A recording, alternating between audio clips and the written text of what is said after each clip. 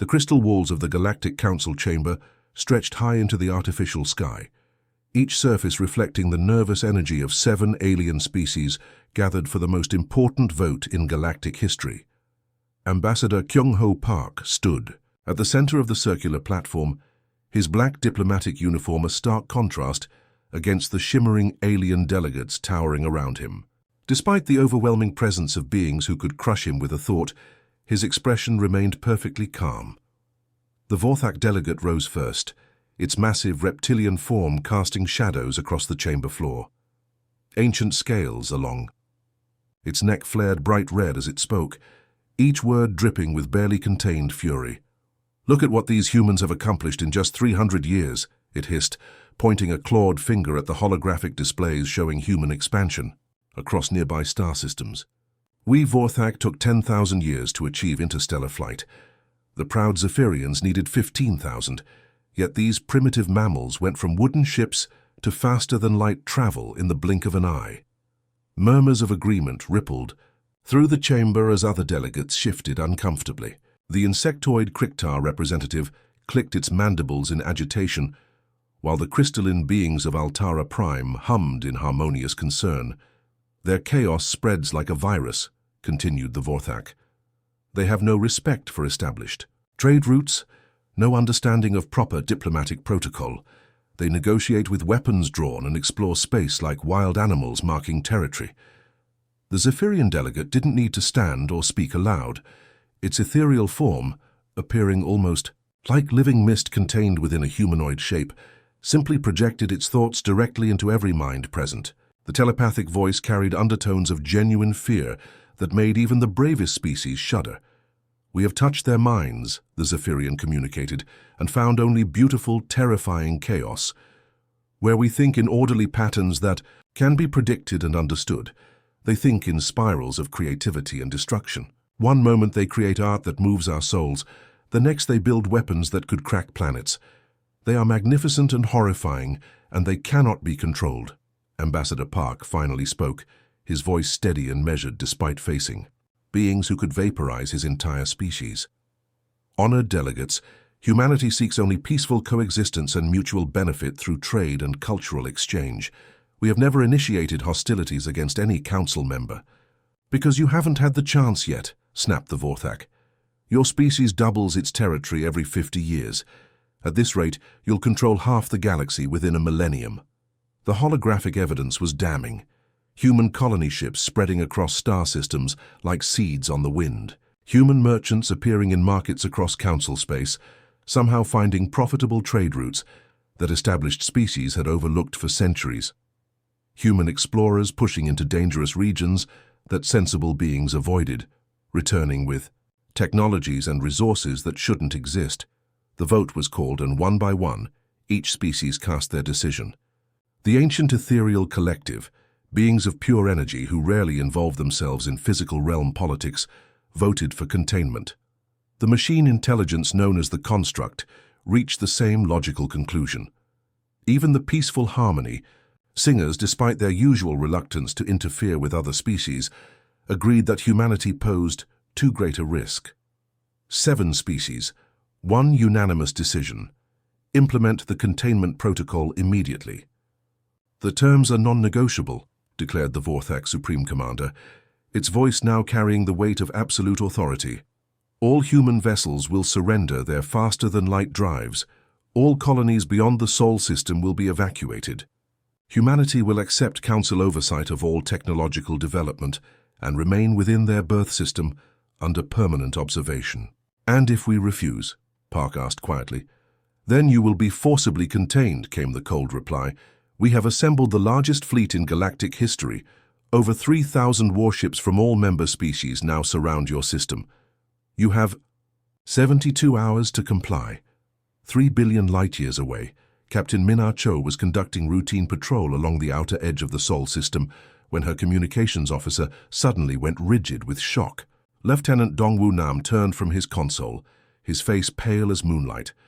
"Captain, we're receiving a priority transmission from the Galactic Council. It's an ultimatum." The message appeared on the main screen in cold, clinical terms. "Surrender or face annihilation. Accept permanent imprisonment or watch Earth burn. The choice seemed simple enough, but Minar knew her species well enough to predict their response. She opened a channel to Earth Command and transmitted humanity's answer in 3 words: "Go to hell." The response was immediate and devastating. Space around her patrol vessel suddenly blazed with the engine flares of 100 alien warships materializing from hyperspace. Vorthak battlecruisers, their hull scales shifting from camouflage patterns to aggressive warning colors. Zephyrian mine ships, their crystalline forms pulsing with psychic energy. The geometric perfection of construct war machines. Even the usually peaceful species had sent their finest vessels. "All human vessels, this is your final warning," came the transmission from the lead Vorthak ship. "Power down your weapons and prepare to be boarded." Minar looked around her bridge at the faces of her crew. Young men and women who had volunteered to serve in the depths of space, knowing they might never see Earth again. She saw no fear in their eyes, only determination. "You heard the alien," she said with a grim smile. "They want our weapons powered down." She paused, letting her finger hover over the firing controls. "I say we give them all the power we've got." The first shots of the isolation war lit up the darkness between stars, as humanity chose freedom over safety, chaos over order, and the unknown over surrender. The siege had turned the Sol system into a graveyard of twisted metal and shattered dreams.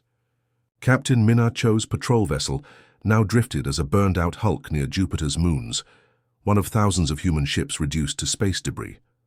The once proud colonies on Mars, Europa, and Titan had gone dark weeks ago, their populations either evacuated or worse. Every day brought news of another outpost overrun, another supply convoy destroyed before it could reach the desperate defenders scattered throughout the system. Dr. Jae-Sung Kim hadn't slept in 48 hours. His research station, originally designed to study peaceful applications of quantum physics, had become humanity's last hope for a scientific breakthrough.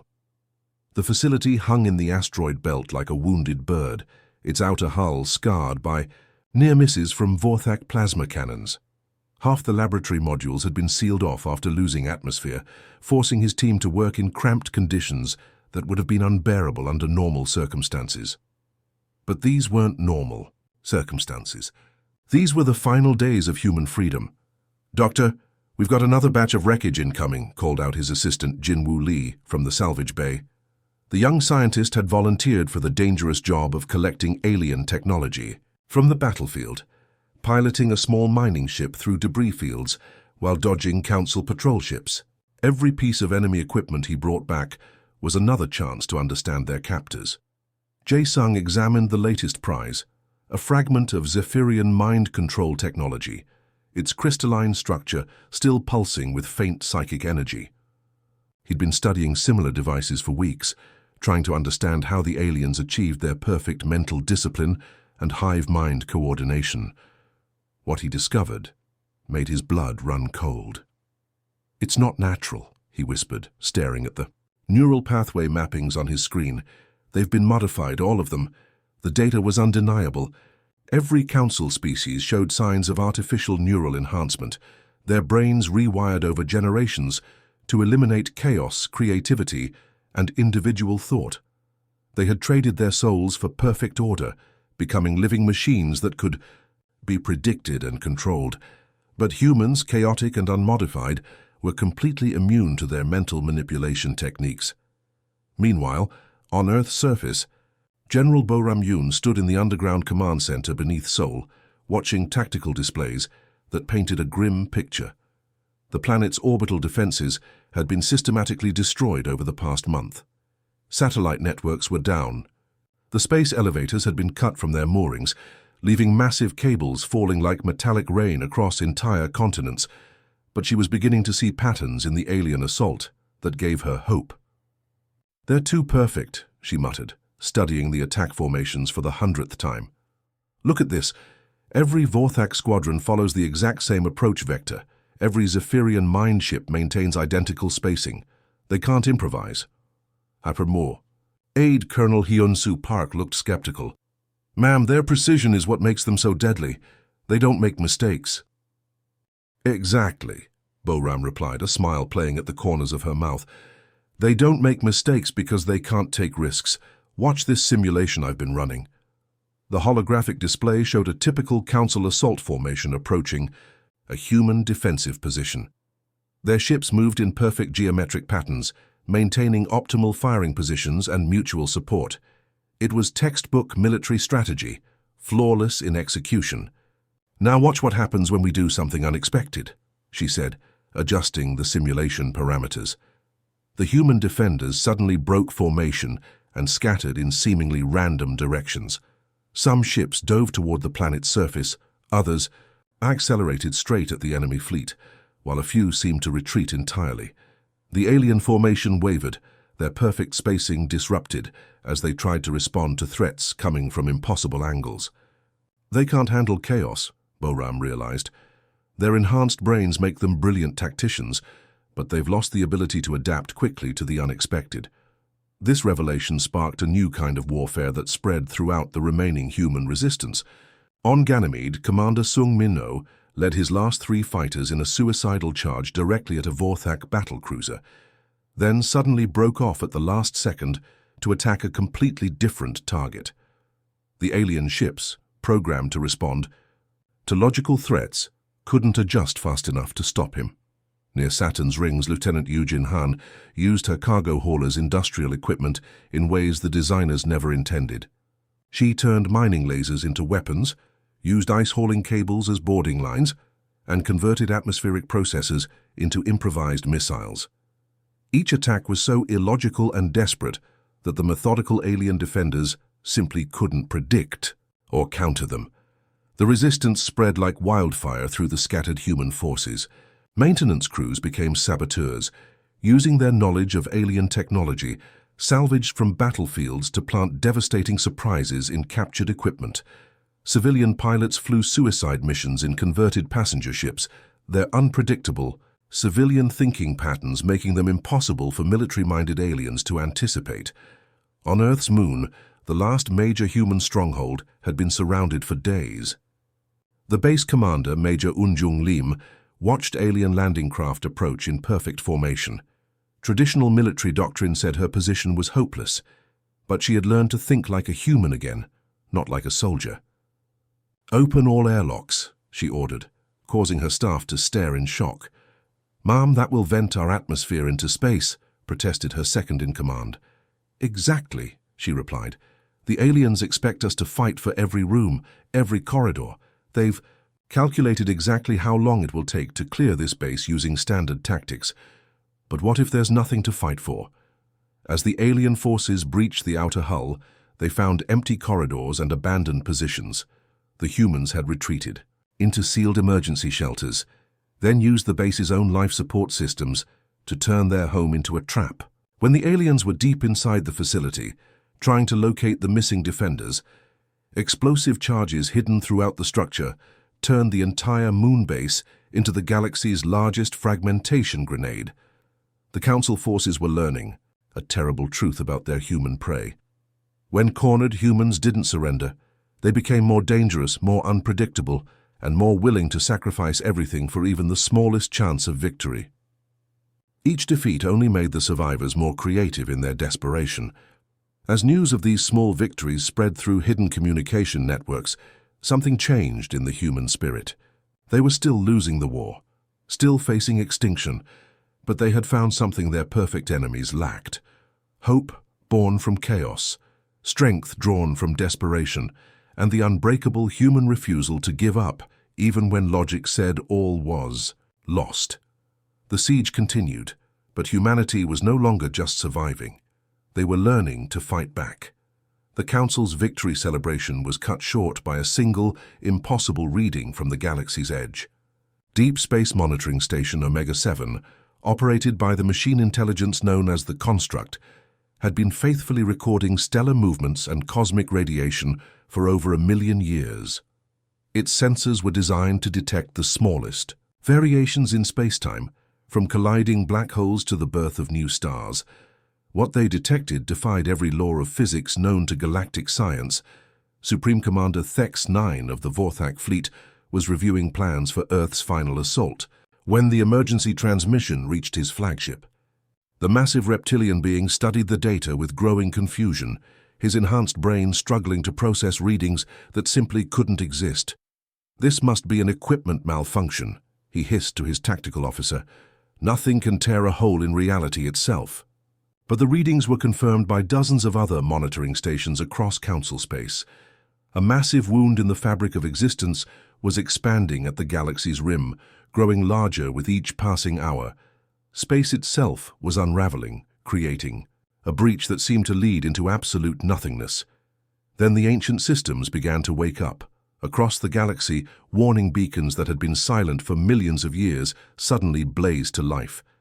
These weren't Council technologies.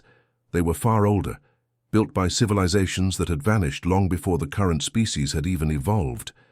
The messages they broadcast were in languages so old that even the most advanced translation systems could barely decode them. The few fragments that could be understood were terrifying. The Devourers return.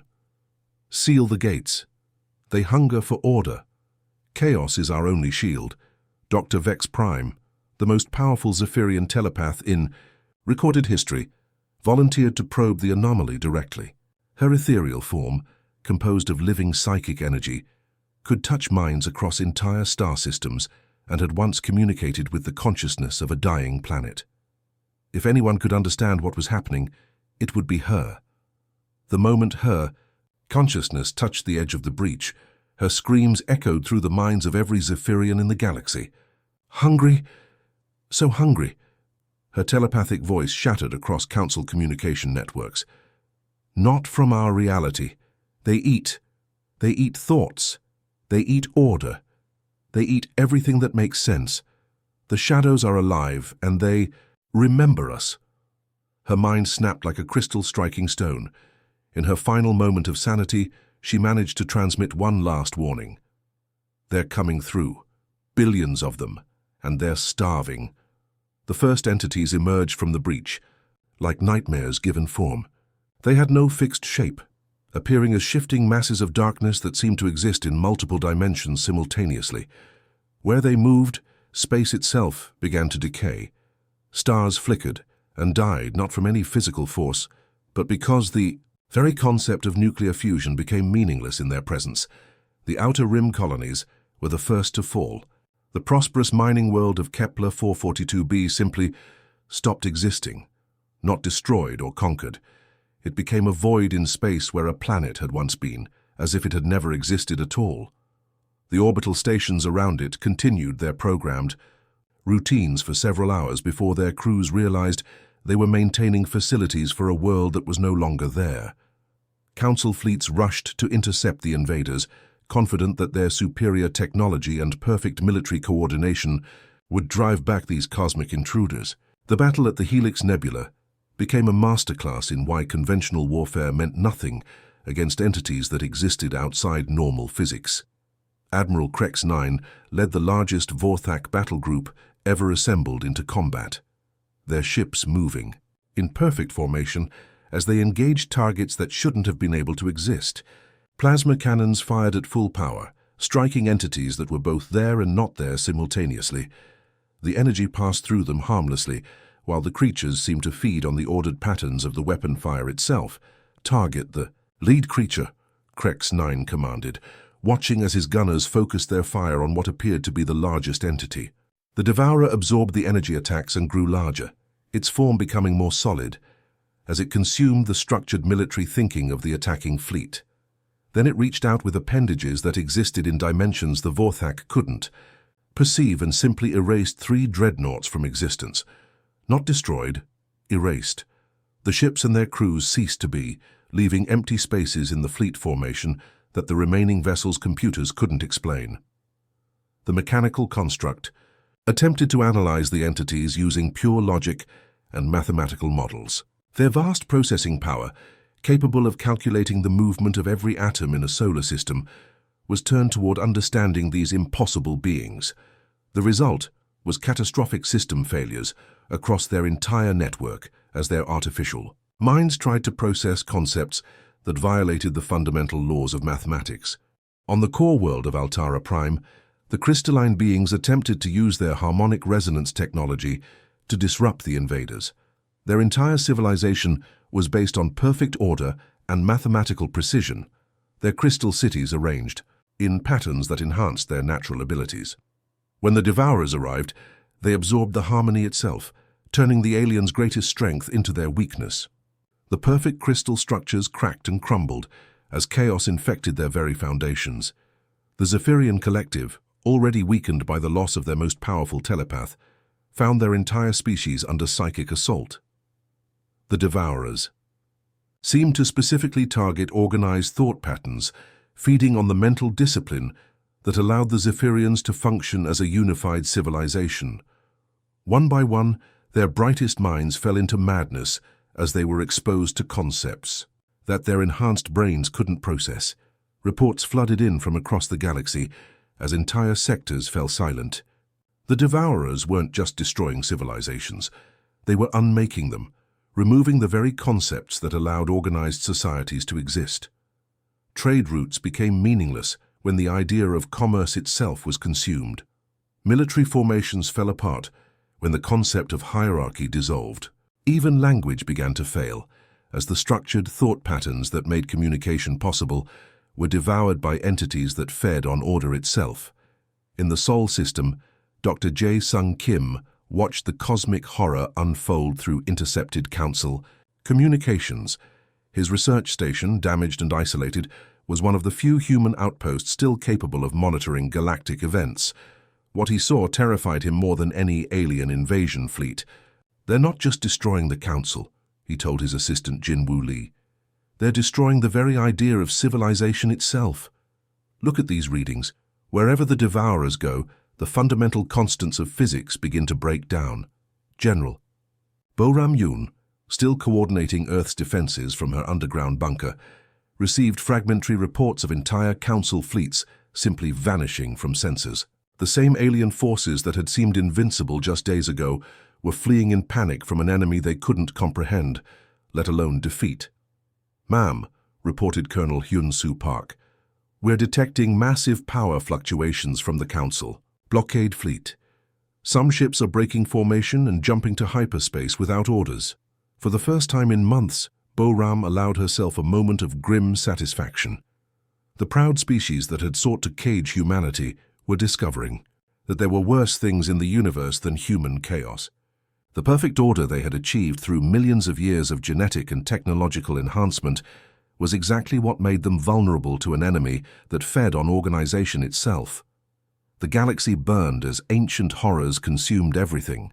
That made sense, leaving only darkness and the growing realization that humanity's greatest flaw might be their only salvation. Supreme Commander Wook Jin Lee was inspecting the damaged outer defenses of Lunar Base when the impossible happened.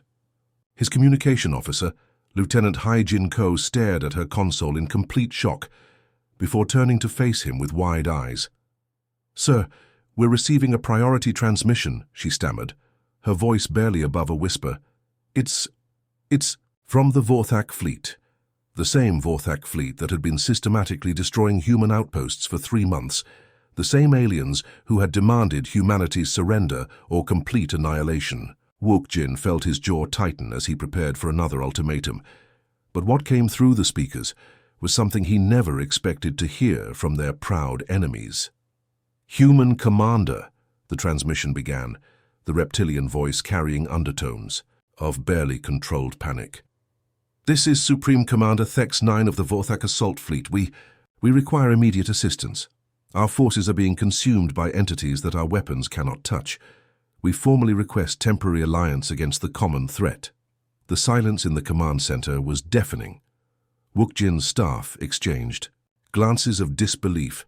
The aliens who had spent months trying to cage humanity were now begging for help. "Patch me through to all human commanders," Wook Jin ordered. "Emergency conference in 5 minutes."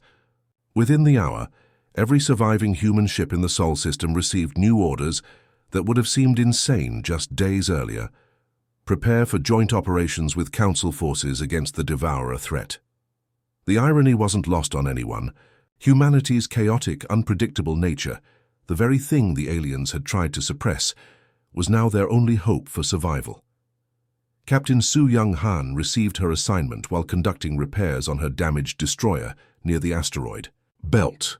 Her ship, the Soul's Pride, had survived 3 months of hit-and-run attacks against overwhelming odds through pure human stubbornness and creative tactics that would have horrified any military academy instructor.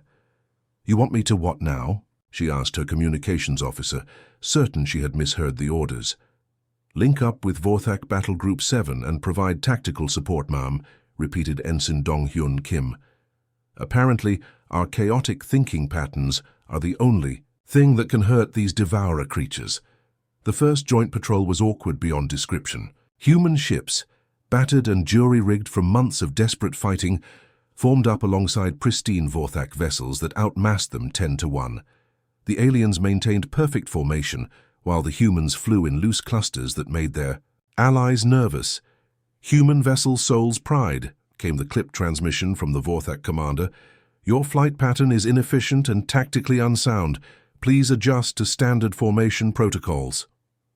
"Negative, lizard boat," Su Young replied cheerfully, using a nickname that would have started a war under normal circumstances. "We're flying this way for a reason. Trust the process." The reason became clear when they encountered their first devourer swarm near Jupiter's outer moons. The entities appeared as writhing masses of impossible geometry, their forms shifting between dimensions in ways that made the Vorthak targeting computers malfunction. The alien ships, designed for precision warfare against conventional enemies, found themselves paralyzed as their sensors struggled to lock onto targets that existed in multiple realities simultaneously. But the human ships, crewed by pilots who had learned to fly by instinct and react to threats their instruments couldn't detect, dove into the swarm like wolves attacking a flock of sheep. Sao Young guided her destroyer through reality distortions that bent space around her hull, following not sensor readings, but pure intuition honed by months of impossible battles. "How are you doing that?" asked Commander Vex 7 of the Vorthak flagship, watching in amazement as human fighters weaved between devourer tentacles that his own pilots couldn't even see clearly. "We're not thinking about it," Su Young replied, rolling her ship through a dimensional fold that would have torn apart any vessel following calculated flight paths. "The moment you try to analyze what these things are doing, your brain locks up. You have to feel your way through." Dr. Jae-Sung Kim's research finally provided the scientific explanation for humanity's unexpected advantage. Working alongside Vorthak scientists in a hastily established joint laboratory, he discovered that human neural patterns contained a unique characteristic: built-in chaos that prevented the devourers from fully understanding or controlling human thoughts. "Look at this comparison," he showed the assembled alien researchers, projecting brain scans onto the main display. "Your species have achieved perfect mental discipline through millions of years of evolution and enhancement.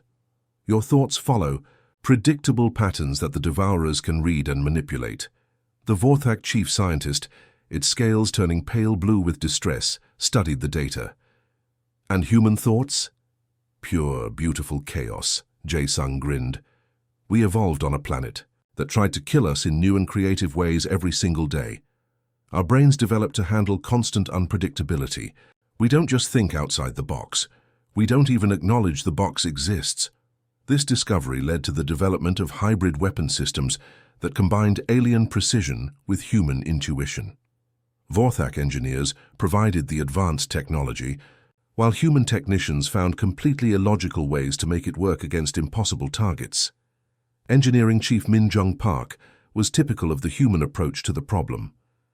When the Vorthak quantum cannons proved useless against entities that existed partially outside normal space, she suggested mounting the weapons backwards and firing them into subspace while thinking happy thoughts. "That makes no logical sense," protested her Vorthak counterpart, its translator struggling with human technical terminology. "Exactly," Min Jung replied, adjusting the weapon array with modifications that violated several laws of physics. "Logic doesn't work on these things, so we'll try illogic instead." The first successful attack using hybrid human-alien tactics occurred during the Battle of the Outer Rings. Captain Su Young Han led a mixed squadron of human and Vorthak ships, against a massive devourer entity that was consuming Saturn's moon system. The conventional approach would have been to maintain formation, target the creature's center of mass, and coordinate a sustained bombardment. Instead, Su-Young ordered her pilots to attack in completely random patterns, while singing old Earthfolk songs over the communication channels. The Vorthak ships, guided by their human counterparts, broke their perfect formations and began firing their weapons in seemingly chaotic sequences that followed no mathematical pattern. The effect was immediate and devastating. The Devourer, unable to predict or counter attacks that made no strategic sense, found its ability to phase between dimensions disrupted. For the first time since the invasion began, one of the entities was actually damaged by conventional weapons. "It's working," shouted Lieutenant Yujin Nam from her fighter cockpit as she dove through the creature's writhing appendages. "The fugglier our tactics get, the more it hurts." Word of the victory spread through both human and council forces like wildfire. Suddenly, the galaxy's most organized military minds were learning the value of pure, undisciplined chaos.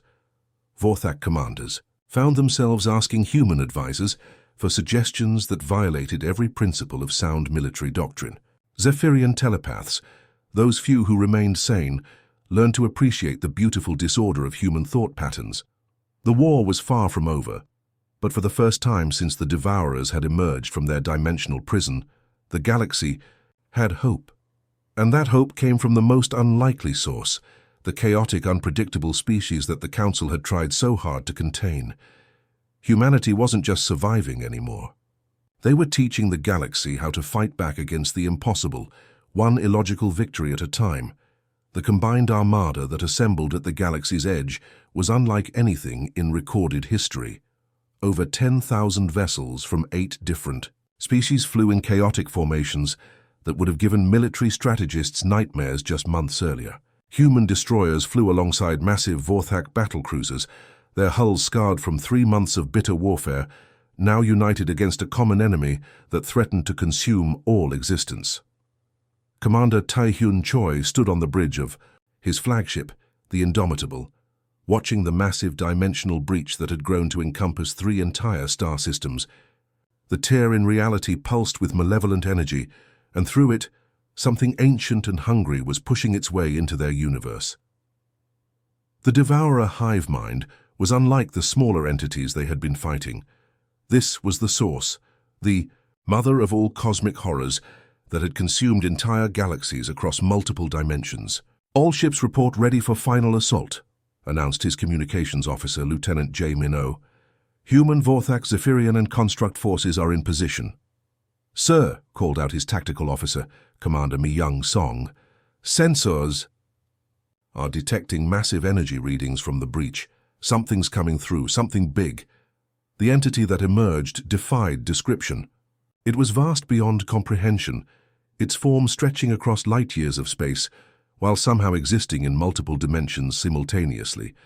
Where normal devourers appeared as shifting shadows, this creature was a living void that consumed not just matter and energy, but the very concepts that made reality possible. Space around it began to unravel, as the fundamental laws of physics simply ceased to function.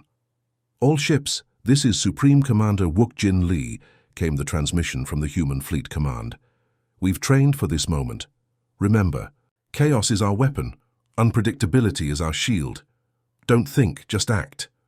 The first wave of attacks came from the Council forces, their weapons modified with human-designed randomization protocols. Vorthak quantum cannons fired in patterns that followed no mathematical sequence, while Zephyrian mind ships projected thoughts so deliberately scattered that even their own telepaths couldn't predict them. The hive mind's response was immediate and devastating. Tentacles of pure nothingness lashed out across space, erasing entire squadrons from existence. But for every ship that vanished, 2 more took its place, their pilots thinking in ways that the ancient entity couldn't comprehend or counter. Captain Su-Young Han led her wing of human fighters in a suicide run directly at the creature's core, her ships weaving through reality distortions that bent space into impossible shapes. "Come on, you cosmic horror," she shouted into her communications system. "Let's see how you handle some good old-fashioned human stubbornness." Her fighters dove into the entity's form, their weapons firing in completely random directions while their pilots sang drinking songs and recited poetry. The hive mind, designed to feed on organized thought patterns, found itself choking on the beautiful chaos of human creativity. But the entity was learning, adapting to their tactics with terrifying speed. Its tentacles began moving in seemingly random patterns, mimicking human unpredictability while maintaining their lethal efficiency. Ships throughout the Armada began disappearing at an alarming rate as the creature turned humanity's own weapons against them. "It's copying us," Dr. Jae-Sung Kim reported from his position aboard the research vessel Breakthrough. "The hive mind is learning to think chaotically. We're running out of time."